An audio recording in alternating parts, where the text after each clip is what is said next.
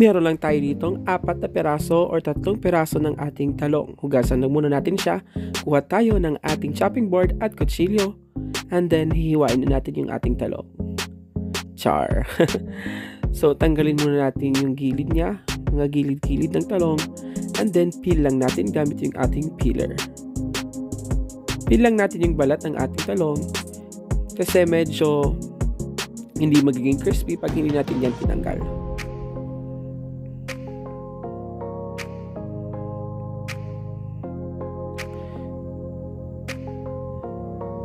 So yan guys, kailangan ang inyong pipiliin na talong dito ay yung mga medyo malalaki na talong.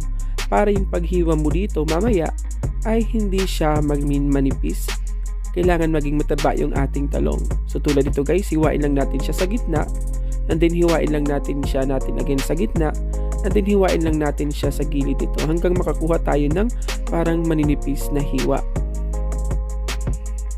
So ang tawag sa ating recipe ngayon ay octopus fried talong. Diba gusto niyo yun guys? Kailangan lang natin ma-achieve dito ay yung parang walis walis tambo. Tulad yan guys. So repeat the process lang. So 3 talong ang ating nagawa dito kasi yung isang talong natin ay may uod.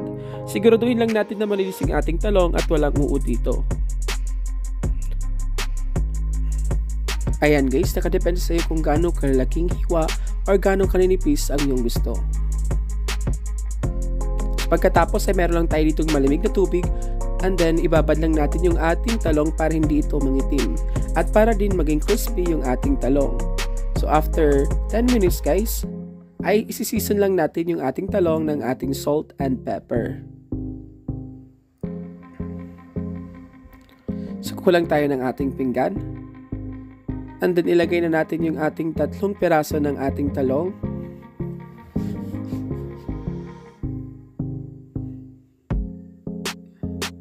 So kung nakikita nyo guys ay medyo nangitim na yung ating talong kasi hindi natin nababad yung iba. Season lang natin siya ng salt and pepper. At konting ginisa mix lang guys.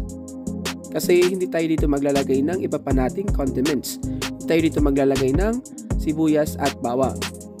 Sa Magic Sarap or sa Ginisa Mix kasi nandun na lahat ng ating mga ingredients. Pero naglagay pa rin tayo ng paminta at asin. So rub lang natin para malagyan lahat ng ating mga talong. Pagkatapos ay set aside lang muna natin siya. Mag-beat muna tayo ng ating itlog, 2 peraso ng itlog. And then season lang natin siya ng Ginisa Mix, yung natirang Ginisa Mix kanina at salt and pepper. At maglalagay din tayo ng 1/4 cup ng ating all-purpose flour. Then beat lang natin siya hanggang mag-well combined.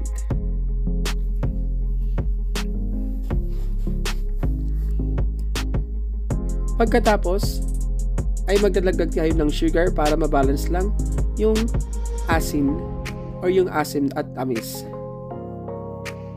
Pagkatapos sa isang malinis na pinggan nga ay maglagay tayo ng ating breadcrumbs.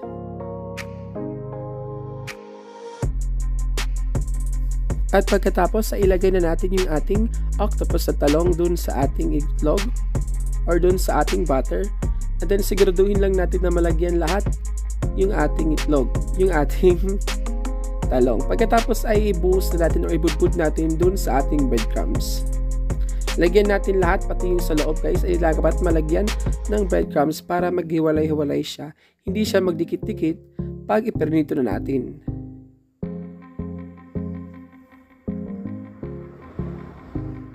Pagkatapos set aside lang muna natin siya. Mas maganda kung ilagay muna natin sa ating cooler, sa ating chiller o sa ating freezer. Pagkatapos repeat the process lang guys. Siguraduhin lang natin na hindi mag-break or hindi maputol yung ating mga talong.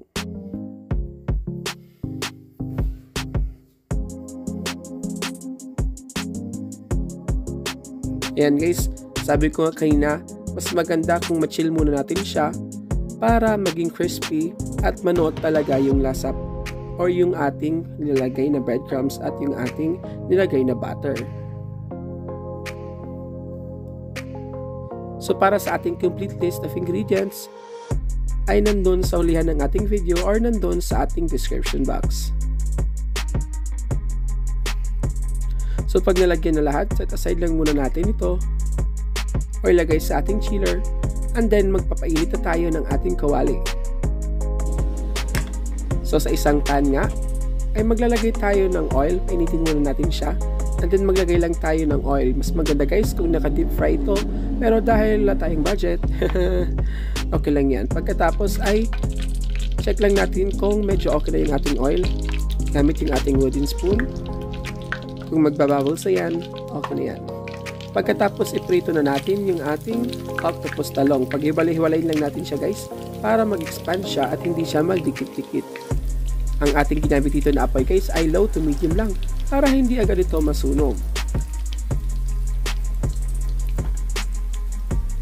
So lutuin lang natin ito ng 2 to 3 minutes hanggang maging crispy at maging golden brown na yung ating talong. Pagkatapos ay flip lang natin ito. Kung nakikita nyo guys, sobrang crispy na. Flip lang natin and then lutuin na lang natin ng another 1 minute na lang guys hanggang sa maging crispy nang siya. So kung makikita nyo guys ay golden brown na siya, para siyang fries, di ba? Masarap siya na ulam at masarap din siya na pang merienda. So, pagkatapos ay hanguin lang natin ito, i-drain lang natin para matanggal yung mga oil guys. Nakaka-high blood din yan. Pagkatapos ay tara na at mag-plating na tayo. Ayan guys, ito na yung ating final product. 3 piraso ng ating talong ang ating nagawa dito. Mas masarap to kung malagay tayo ng mayonnaise or yung ketchup or isasaw nyo sa tuyo or sa ating soy sauce. Ayan guys, maraming salamat sa panonood. Para sa ating complete list of ingredients ay nandun sa ating description box sa baba nakalagay. Huwag ka na ding matubiling mag-like and subscribe and mag-follow sa ating Facebook page Happy Tummy by RD. Yung link ay nandun din sa ating description box sa baba. Thank you for watching. Stay safe. God bless and see you again on our next upload. God bless.